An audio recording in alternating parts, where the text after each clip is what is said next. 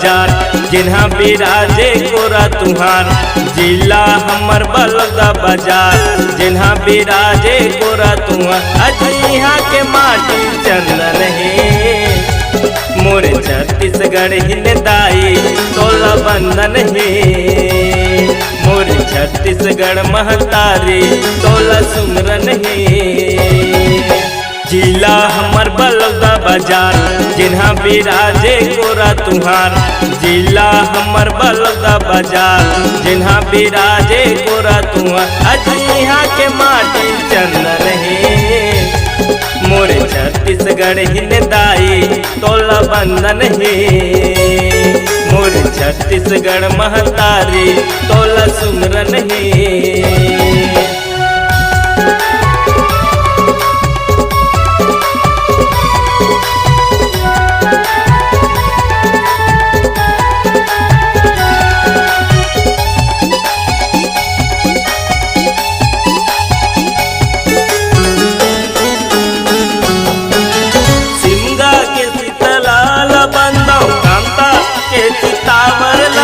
कचलोन के बगदाइला सुमराव खड़वा के मिनी मातला।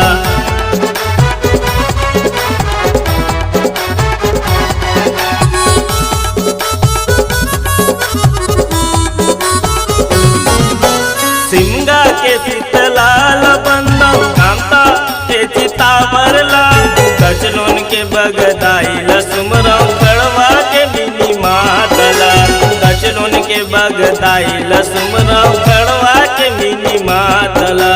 कबीर धाम दिहा लगते मेला सुंदर लागे दामा खेड़ा। कबीर धाम दिहा लगते मेला सुंदर लागे दामा खेड़ा।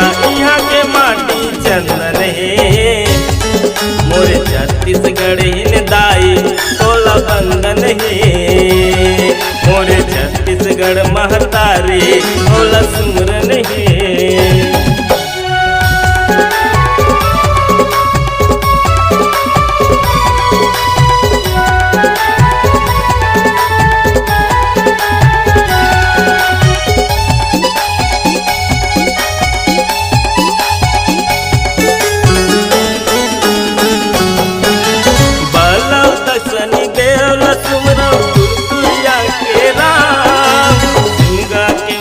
देवला सुमराव जिहा बैसुना।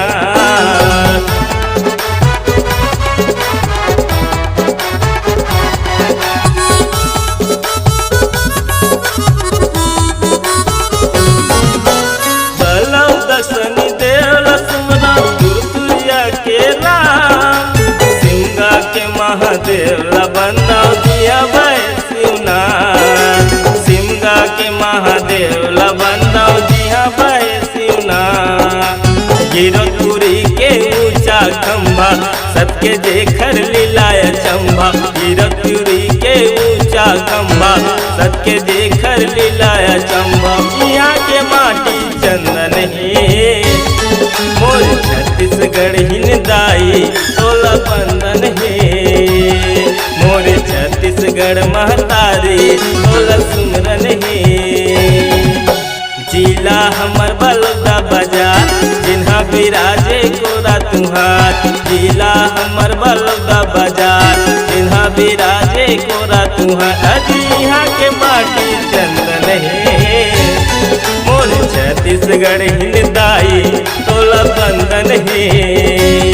मोर छत्तीसगढ़ महतारी